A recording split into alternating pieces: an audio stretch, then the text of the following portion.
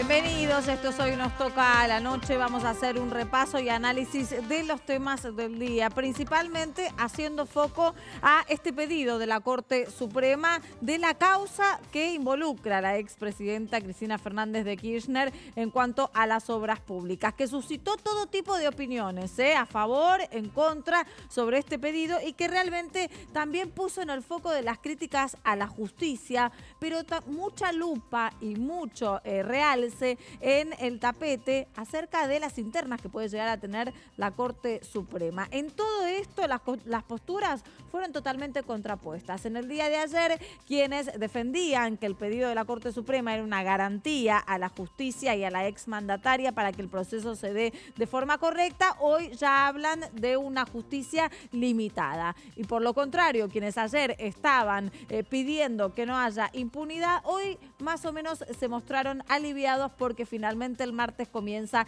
el primer juicio oral a Cristina Fernández de Kirchner con respecto a este punto, a la vialidad, como les venía comentando. Pero la verdad es que todos los gobiernos en su discurso piden una justicia independiente. Todos, todos. El anterior del anterior, piden que haya una justicia independiente, que no haya limitación alguna, pero a la hora de estos hechos, de lo que sucede, todos opinan. Todos opinan. Del gobierno salió a decir que no quería que haya impunidad. Por el otro lado, Alberto Fernández incluso dio a entender de que los jueces van a tener que dar explicaciones sobre sus fallos el día de mañana. Y ahí, entonces, la gran pregunta es ¿qué es lo que sucede? La Corte Suprema de Justicia de nuestro país se vio empujada a tener que emitir un comunicado justificando todo lo que han realizado y diciendo de que esta no es la primera vez que hacen un pedido semejante y que incluso también es una medida que puede llegar a darse de forma normal. También una de las cosas que especificó es que esto no tiene por qué cambiar el curso que venía teniendo la causa, entonces el martes puede comenzar el primer juicio oral, como les venía diciendo. Ante toda esta circunstancia, lo que cabe para pensar, o al menos para preguntarse, es si realmente la justicia en nuestro país es independiente. Empezamos.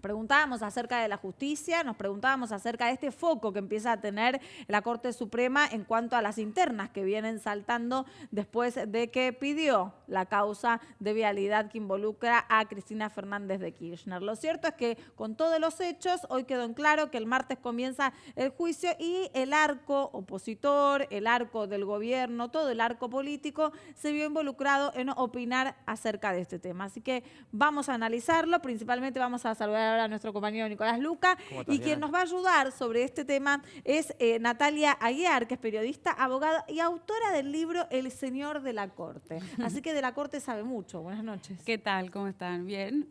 Bueno, veníamos hablando de esto, de poner el foco ahora en las internas que tiene la Corte Suprema. Sí, siempre tuvo, y creo que esto dejó en evidencia que los jueces son vulnerables a las presiones, ¿no? Evidentemente hubo ahí alguna especie de acuerdo o necesidad de hacer esto porque el expediente lo tenían hace meses, así que las fotocopias las podrían haber pedido antes, ¿no? Evidentemente había una decisión de salvar a Cristina y creo que el cacerolazo fue un antes y después, ¿no? El enojo de la Corte, la academia, los especialistas hizo que la Corte diera... ¿Usted cree que un cacerolazo que no se dio tampoco en todas partes ni tampoco fue realmente tan masivo y notorio puede llegar a quebrar una decisión que tiene la justicia? Bueno, lo criticó también el gobierno, ¿no? Pero creo que los jueces no son valientes. Por lo tanto, la opinión del público, de la gente, pesa mucho sobre ellos, y más conociendo quién sería el estratega de todo esto, ¿no? Que sabemos quién podría haber sido. De la Corte, Lorenzetti y Alberto Fernández del lado de Cristina, y bueno, hay que ver si intervino el ministro Garabano o no desde el gobierno, pero bueno, creo que la situación está clara. Esto evidenció que los jueces son vulnerables al poder. Claro, porque hubo como si fuera una continuidad, ¿no? Sí. Esto fue ayer a la tarde cuando nos enteramos. El miércoles a la noche, Alberto Fernández, en una entrevista con Ernesto Tenenbaum y María O'Donnell, dijo que el día de mañana Bonadío, Irursun, Geminiani y Ercolini, aclarando que Ercolini, y encima aclara, Ercolini fue uno de mis mejores alumnos y ayudante de cátedra mío, o sea, como marcando bien la cancha. Que lo conoce. Van a tener que dar explicaciones, ¿sí? Y después dijo que los únicos dos jueces federales que parece presentables son Rafecas y Casanelo. Pero atrás de eso, al día siguiente sale ese oficio insólito de la Corte, que por más que expliquen que se ha utilizado numerosas veces, sabemos que...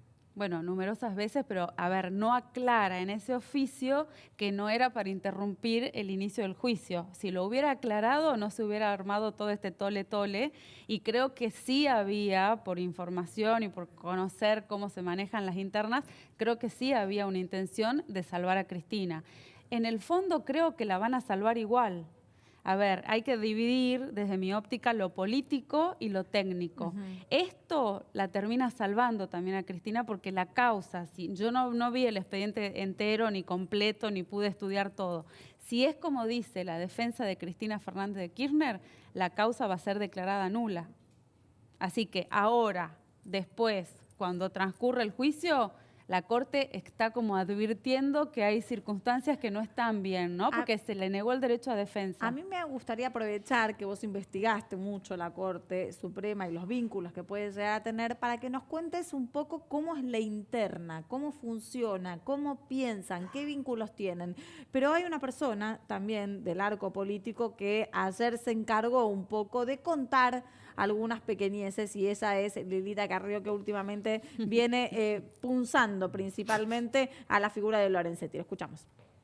¿Cuál es el objetivo? La impunidad de Cristina Kirchner. Gracias a Dios, Rosenkrantz no puede renunciar porque, tal como yo le dije a la ciudadanía, si el presidente era Lorenzetti, hoy estábamos en golpe de Estado. Siempre Lorenzetti quiso ser presidente de la República, lo vengo denunciando hace 10 años. Ahora lo ven actuando. Lo que hoy produce la Corte es el mal. En realidad es una conspiración. Creo que hay un quiebre del republicanismo muy claro. Primero lo vaciaron de poderes al nuevo presidente. A Rosenkrantz. Esto ya es un golpe institucional.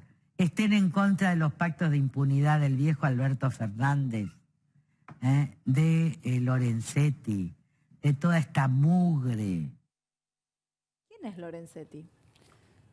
Bueno, Lorenzetti es una persona a temer, digamos, ¿no? Una persona que, como dice Carrió, puede hacer un golpe de Estado, y creo que lo que hizo fue de una gravedad institucional terrible para la ciudadanía y, bueno, capaz de vaciar de poder a Rosenkrantz, tal cual como lo dijo él.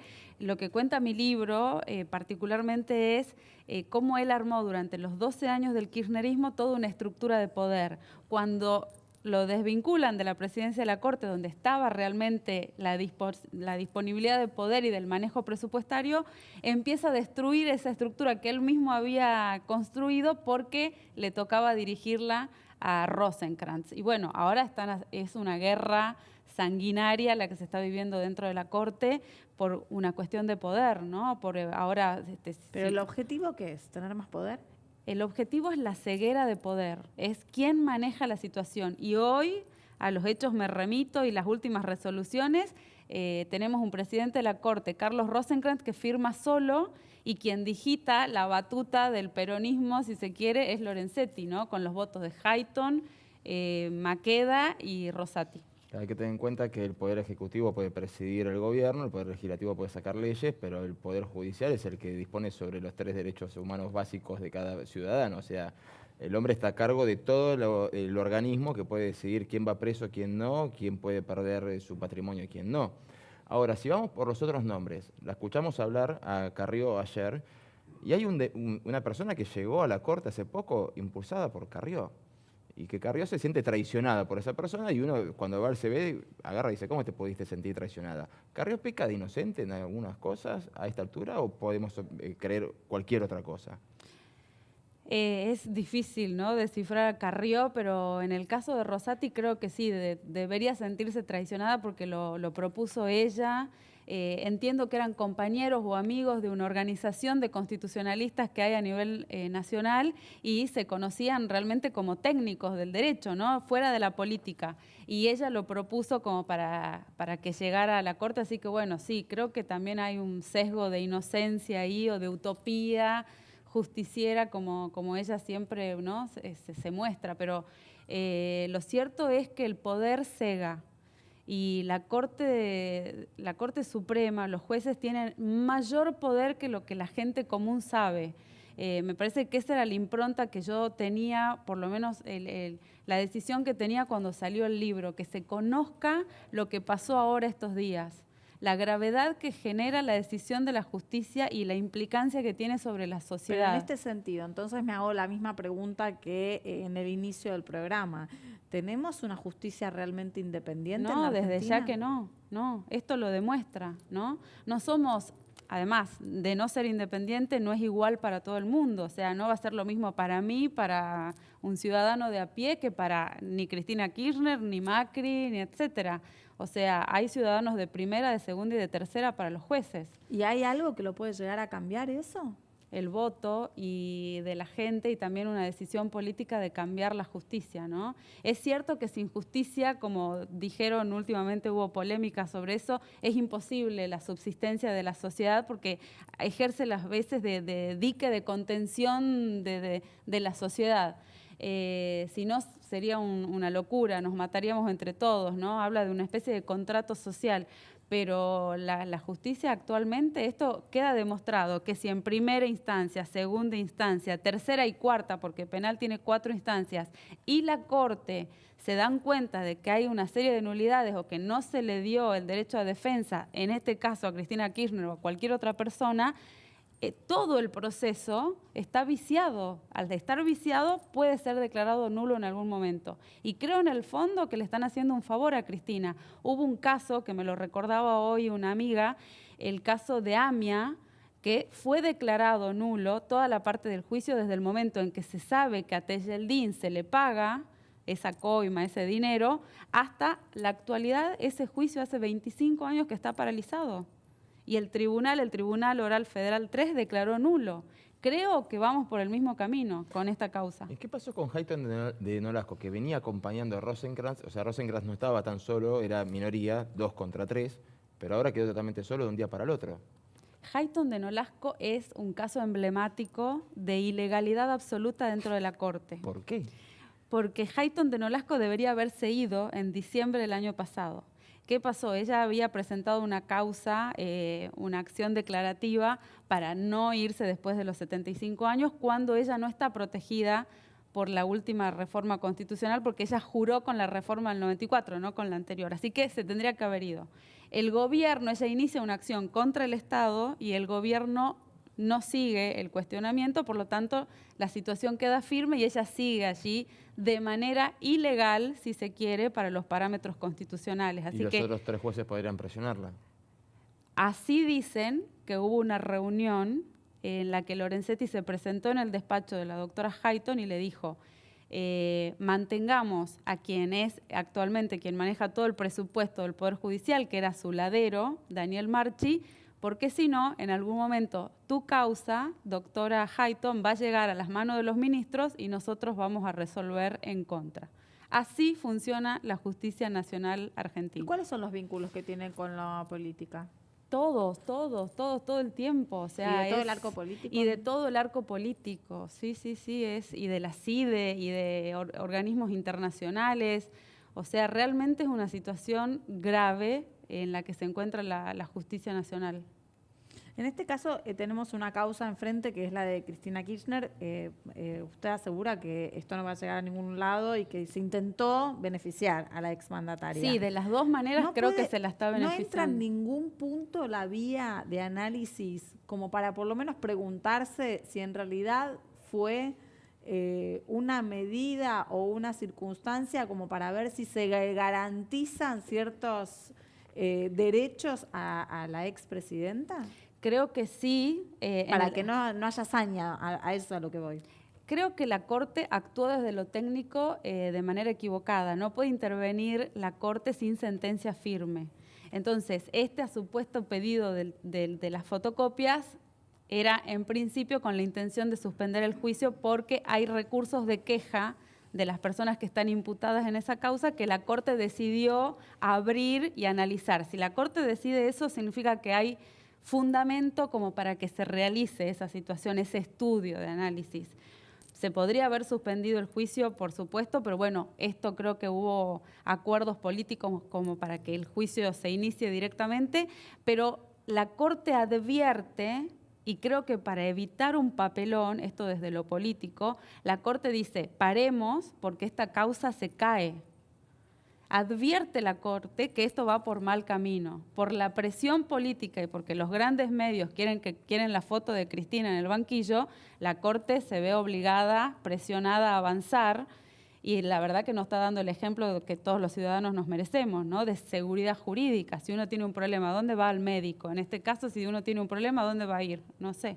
Ahora, podría haber actuado en cualquier otro momento, no cuando ya faltaban 5 o 6 días para Claro, empezar el 4 juicio. días para el inicio del juicio, ¿no? O sea, muestra que Claro, hay una... lo primero que venías mencionando, y vos también lo mencionabas Sí, ya desde hace varios 4 días del días, desde juicio que es surgió. insólito. Es evidente la intención que hubo de ahí, una mano negra de torcer la investigación, pero creo igualmente que la causa va a ser declarada nula si es cierto todo lo que dice la defensa de Cristina Kirchner, ¿no? Me pregunto yo, ¿fue adrede? ¿Los otros jueces lo hicieron adrede también? ¿No se dieron cuenta de que había nulidades?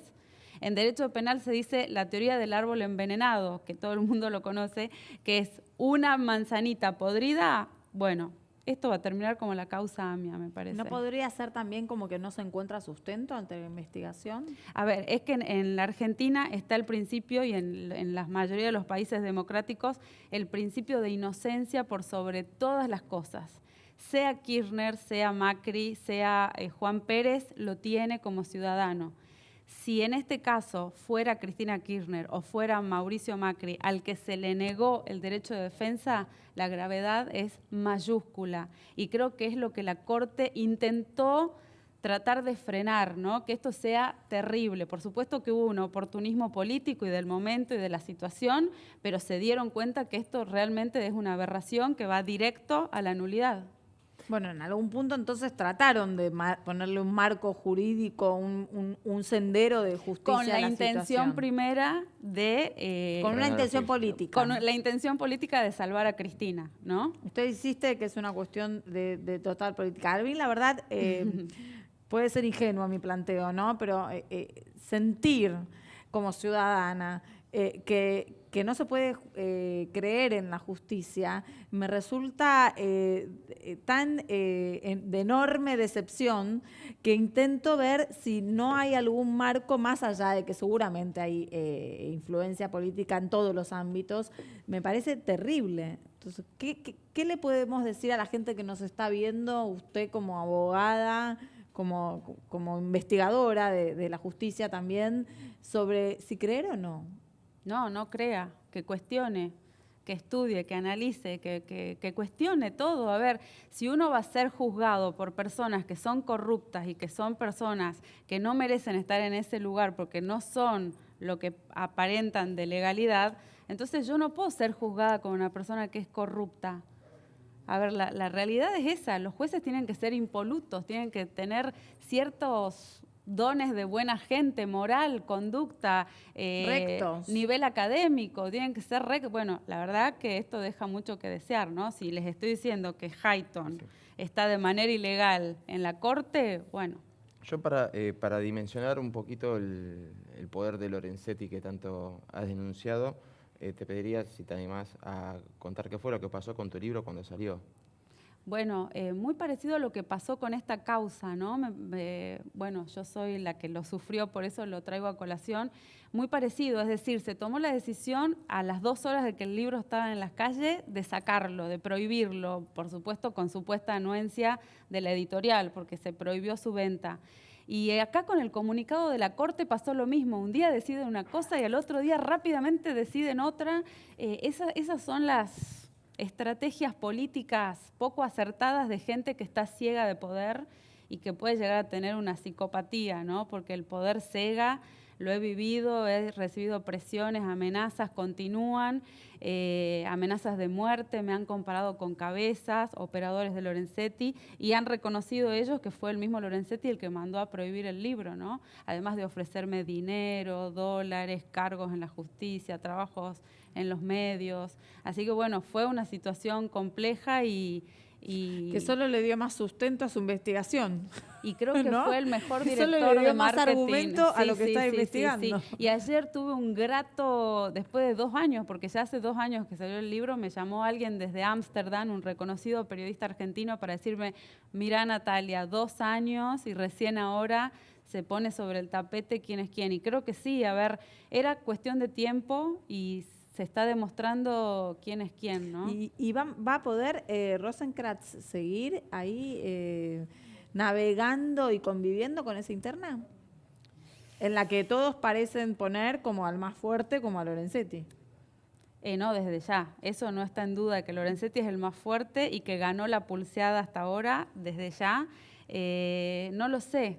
Creo que institucionalmente, como en el caso de Fight en su momento, debería seguir Rosenkrantz, porque está en juego la República, realmente. Lorenzetti, bueno, no tengo nada bueno que decir del doctor Lorenzetti y sí recalco, bueno, la trayectoria académica, ¿no? Y el respeto que se le tiene a Rosenkrantz, por ejemplo, también a Hayton, también a Rosati, a Maqueda en muchos fallos, pero bueno, Rosenkrantz tiene distinciones internacionales, es una persona muy reconocida a nivel internacional. Bueno, gracias por traernos toda su información. Nosotros Gracias. vamos a seguir analizando este tema en el segundo bloque y vamos a tratar de darle un marco también de cuáles son los mecanismos técnicos que se tienen que seguir en estos casos. Ya venimos.